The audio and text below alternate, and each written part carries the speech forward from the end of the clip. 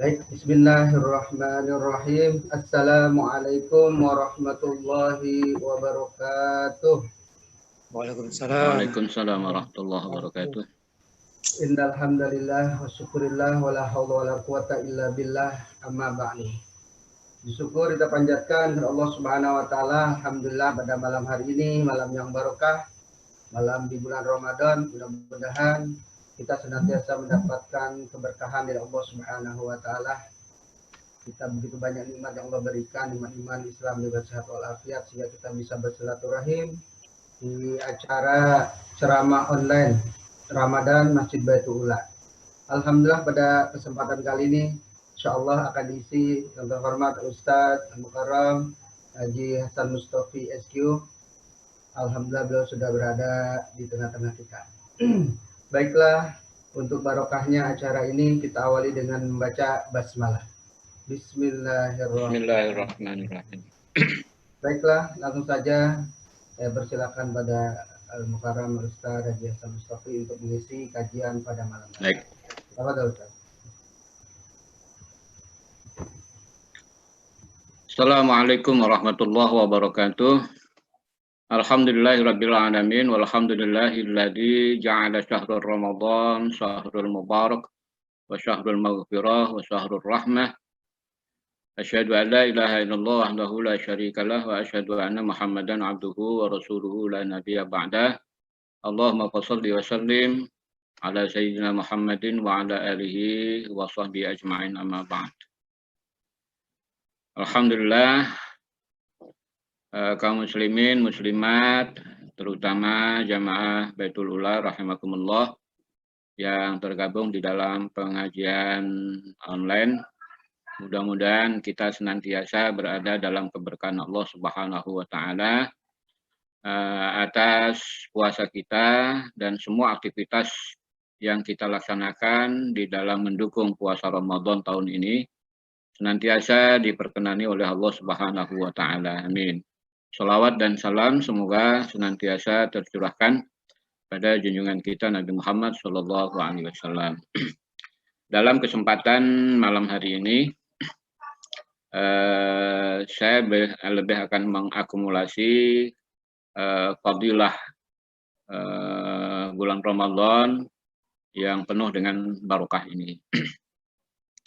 Pertama bahwa dalam situasi kita menghadapi dilema wabah virus corona ini, saya kira kalau dihubungkan dengan kegiatan Ramadan, maka ini akan menjadi sangat istimewa. Kenapa saya katakan seperti itu? Karena di dalam situasi yang seperti ini penting bagi kita untuk bisa membangun sifat ketawakalan kepada Allah Subhanahu wa taala. Bagaimana membangun ketawakalan kepada Allah? Maka pertama kita harus memahami bahwa tawakal itu dari kata wakala. Kalau kita mewakilkan, sebagaimana ketika kita ingin membangun rumah, sementara kita tidak bisa membangun sendiri, kita hanya bisa menggambarkan rumah ini seperti ini, seperti ini. Maka kita akan mencari orang yang memiliki kemampuan di dalam mewujudkan keinginan saya membangun rumah itu. Nah, ini sifatnya mewakilkan kepada orang yang punya kemampuan. Nah, kalau dikaitkan dengan Allah Subhanahu wa taala, kita harus menyadari bahwa pertama kita tidak memiliki suatu kemampuan apapun. Kalau dalam ungkapan la haula wala quwata illa billah, tidak ada daya dan kekuatan yang kita miliki kecuali kekuatan Allah yang dikaruniakan kepada kita. Maka berangkat dari ketidakmampuan kita, ketidakpemilikan kita terhadap diri kita sendiri, apalagi berkaitan dengan alam semesta, maka kita harus menyandarkan kepada Allah karena Allah yang mengatur segala sesuatunya. Maka wajar ketika kita sering menyebut innallaha ala kulli syai'in qadir. Kemudian ketika kita sudah bisa berserah diri kepada Allah secara totalitas, baik yang berkaitan segala bentuk keluasaan kemampuan kita secara makhluk ya, maupun target-target capaian bagi kehidupan kita yang dijanjikan oleh Allah, yaitu dunia akhirat dalam keadaan bahagia dan selamat. Maka tidak bisa kita mencari sendiri dan tidak bisa kita mewujudkan itu sendiri, kecuali Allah sudah mewujudkan dalam konsep kehidupan alam semesta, mulai dari ketiadaan kita, keadaan kita, kehidupan seperti saat ini, kemudian kita dimatikan dan dikekalkan kelak kita di akhirat, khalidan fiha. Kaum muslimin, muslimat, shaimin, shaimat, rahimakumullah. Di dalam membangun sifat ketawakalan, maka tentunya ada beberapa tahap. Tahap pertama itu adalah kita harus banyak belajar mengenal Allah. Kenapa kita harus mengenal Allah? Karena bagaimana kita bisa mewakilkan kepada Allah kalau kita tidak bisa mengenal Allah itu sendiri. Sama dengan bagaimana kita yakin rumah kita akan terbangun dengan baik sesuai dengan keinginan dan gambaran kita, kalau kita tidak tahu seseorang yang kita tawakili itu dia punya kemampuan untuk bisa mewujudkan bangunan rumah yang baik. Nah, ini lebih besar dari itu, maka Allah semuanya berada di tangannya. Artinya segala kemampuan alam semesta itu ada di dalam kuasa Allah Subhanahu wa taala. Oleh karena itu, di dalam hal tawakal Allah menyatakan, Allahu la ilaha illa huwa wa 'alallahi falyatawakkalul mu'minun.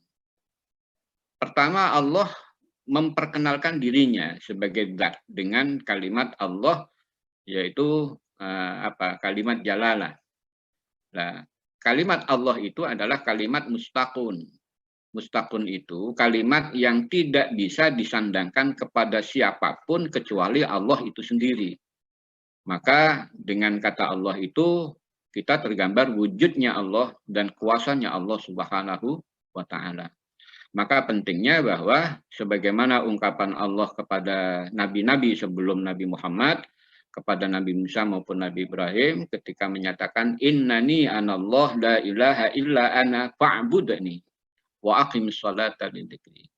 Saya ini adalah Allah. Nah, artinya Allah mengenalkan dirinya dulu sebelum menuntut kita bertawakal. Allahu, siapa Allah? La ilaha illa huwa. Tiada Tuhan selain dia. Sehingga ketika tiada Tuhan selain dia, maka tidak mungkin kita menyandarkan atau mewakilkan kepada hal-hal yang selain Allah Subhanahu wa taala.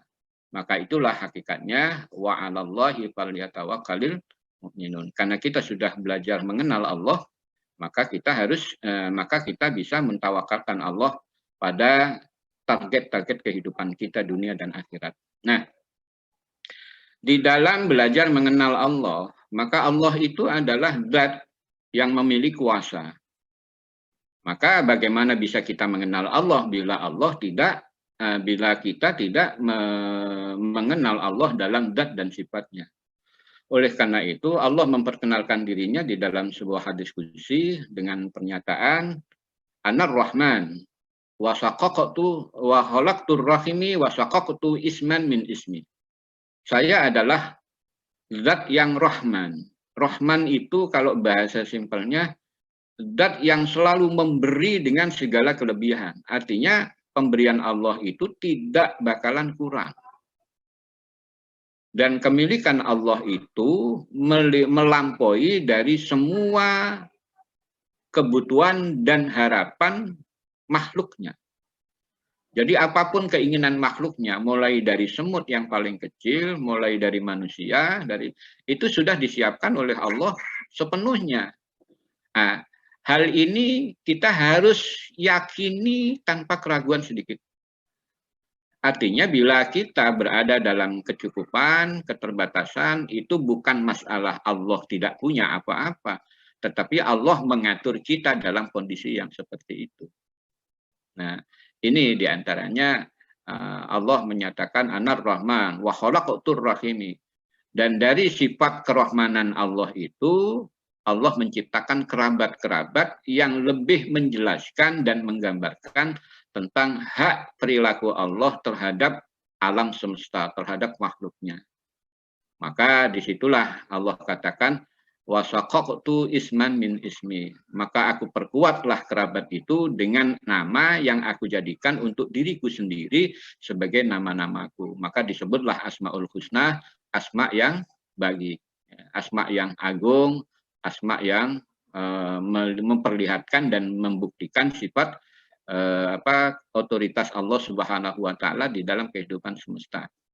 Maka semakin kita banyak mempelajari dan mengenal sifat-sifat Allah, maka semakin terbuka pintu ketawakalan kita kepada Allah Subhanahu wa taala.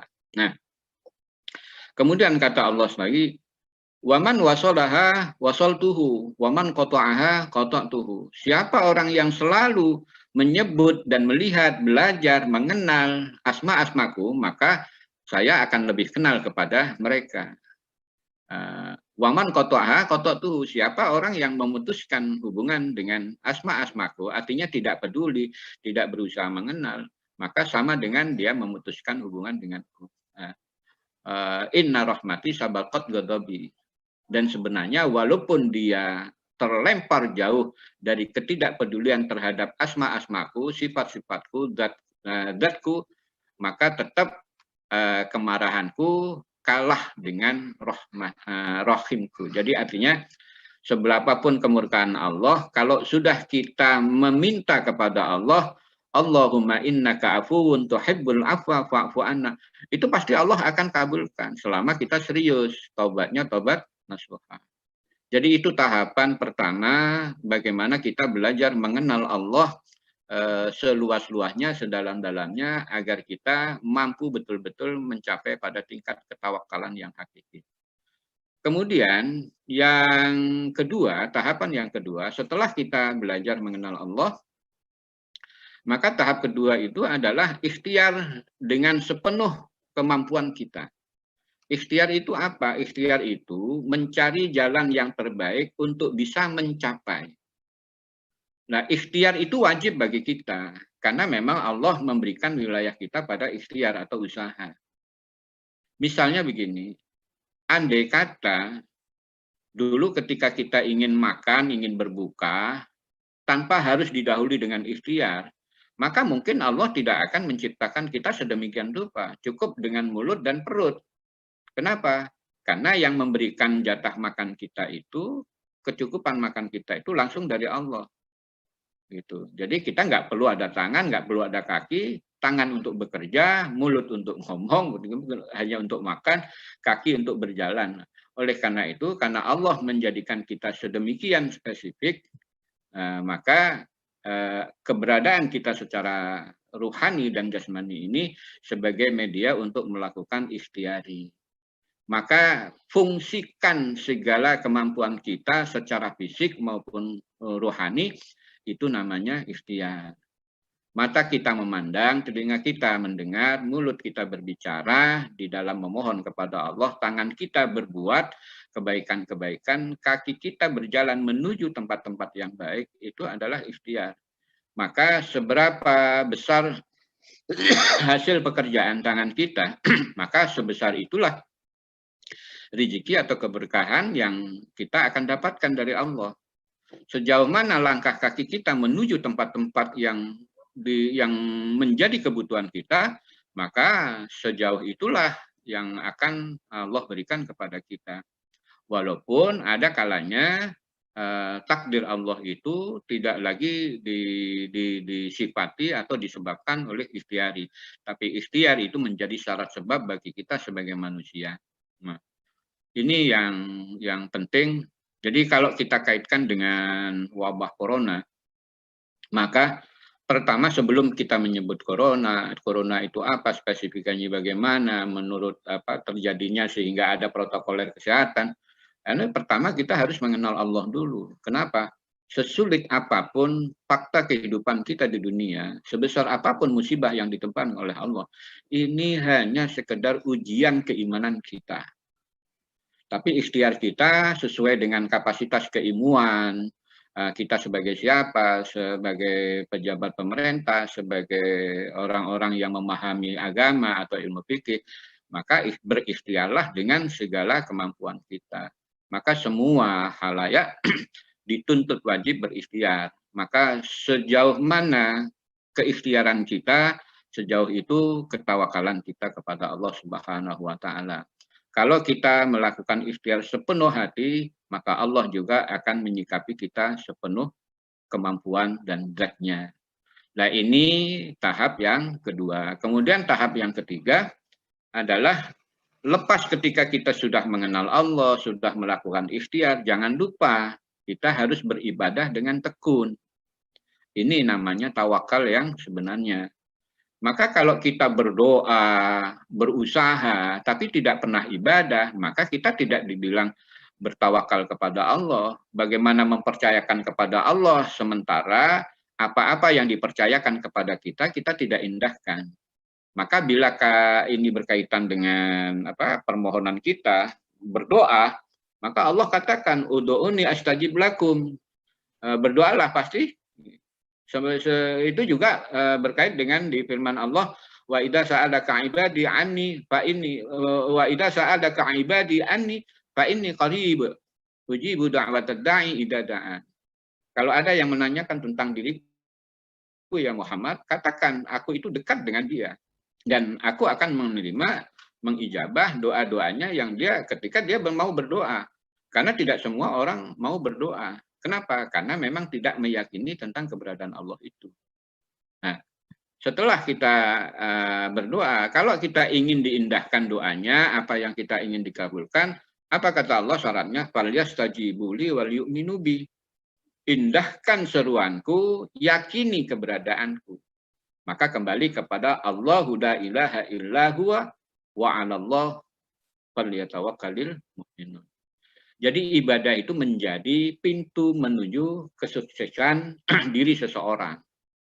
Karena apa? Allah sendiri sudah menyatakan wasta'inu bisabri wassalah. Ketidakmampuan kita, ketidakpemilikan kita, maka kita harus sandarkan kepada Allah. Jadi selama hidup kita seharusnya kita harus minta tolong sama Allah.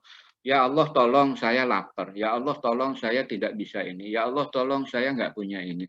Hanya Engkau yang mempunyai kemampuan, hanya Engkau yang mempunyai rezeki. Semuanya harus begitu. Nah, tapi tergantung kepada kadangkala kita lebih menampakkan pada ikhtiarinya dibanding dengan pemahaman tentang Allah zat dan sifatnya. Atau kita lebih banyak berzikir tapi tidak melupakan ikhtiarnya. Atau kita lebih banyak beribadah, ya, lebih menampakkan beribadah, tetapi tidak meninggalkan pemahaman kita, kemakrifatan kita terhadap Allah zat dan sifatnya. Nah, bagaimana bila kita hubungkan dengan situasi pandemi yang seperti yang kita hadapi? Pertama, mari kita kuatkan keyakinan kita bahwa tidak akan pernah terjadi wabah virus corona itu kalau bukan karena kehendak Allah Subhanahu wa taala. Itu yang pertama harus kita yakini. Lepas Allah melibatkan dari unsur corona itu sendiri atau orang-orang yang membuat mutasi melalui teknologi terhadap virus-virus yang sejak 70 tahun yang lalu itu sudah ada. Hanya mutasinya ada yang mutasi alami, ada yang mutasi karena disebabkan oleh kerja manusia. Tetapi kita tidak perlu mempermasalahkan hal itu. Tetapi tidak mungkin manusia itu berbuat kalau tidak dikarenakan izin Allah Subhanahu wa taala. Tapi izin Allah itu semuanya akan menjadi ujian kita atau musibah kita. Yang kedua, kita harus melakukan ikhtiari. Lah ikhtiari kita mulai dari aspek ubudiyah, aspek pilihannya, aspek kesehatan, protokol kesehatan itu harus kita penuhi. Nah ini kadang-kadang ini kebijakan-kebijakan kadang-kadang lebih menekankan kepada hal-hal yang tidak seimbang dengan hal yang lain. Ini perlu kearifan dan kebijaksanaan kita di dalam berpikir. Nah, tentu itu terkait dengan ketawakalan. Yang ketiga, masih kembali, ibadah itu harus dikencengin. Kalau Allah kepingin mensudahi wabah ini, maka ibadah kita kencengin. Nah, urusan ibadah antara ilmu fikih dan keyakinan itu harus berpadu dalam satu wajah, dalam satu tempat, dalam satu perbuatan. Maka oleh karena itu, hormatilah bagi kalangan-kalangan umat Islam yang tetap dia mempertahankan pada keyakinannya tanpa harus meninggalkan kebijakan-kebijakan normatif atau kebijakan-kebijakan formal. Tetapi kebijakan formal itu penting bagi kita sebagai bentuk wasilah kita melakukan ikhtiari secara maksimal sebagaimana tadi menjadi tahapan yang kedua. Sehingga apapun kondisinya dalam situasi yang seperti ini, sampai kita ngaji dengan online seperti ini, nah ini tetap sebagai bagian dari ikhtiar kita di dalam menempuh keibadatan kita kepada Allah. Tapi di samping itu juga kita mengantisipasi agar kita tidak berkumpul berdempetan yang kemungkinan ini akan menjadi wasilah penyebaran cepat virus corona. Sehingga ini menjadi sesuatu yang masyaqqah. Kekhawatiran kita bersama, sehingga mudah-mudahan upaya kita ini bisa menjadi motivasi bagi kita. Yang terakhir sebagai khatimatul kalam, mari kita khidmati puasa Ramadan tahun ini walaupun dalam suasana yang berbeda. Tetapi Allah tetap bersama kita selama kita mempautkan pikiran, hati kita, fisik kita kepada Allah dalam bentuk keyakinan kita kepada Allah bahwa dialah zat yang satu-satunya hak disembah dan kita harus melakukan ikhtiar-ikhtiar ubudiyah dan ikhtiar-ikhtiar fi'liyahnya demi menjaminkan kita dan semua orang yang berada di samping kita, baik keluarga kita maupun tetangga kita, aman dari segala mara bahaya. Dan yang terakhir, mari kita sikapi Ramadan itu dengan penuh ketekunan dalam beribadah. Ibadah apapun, di rumah, dimanapun, kalau tidak di masjid ya di rumah. Ya kalau di rumah ya usahakan ya tenang gitu.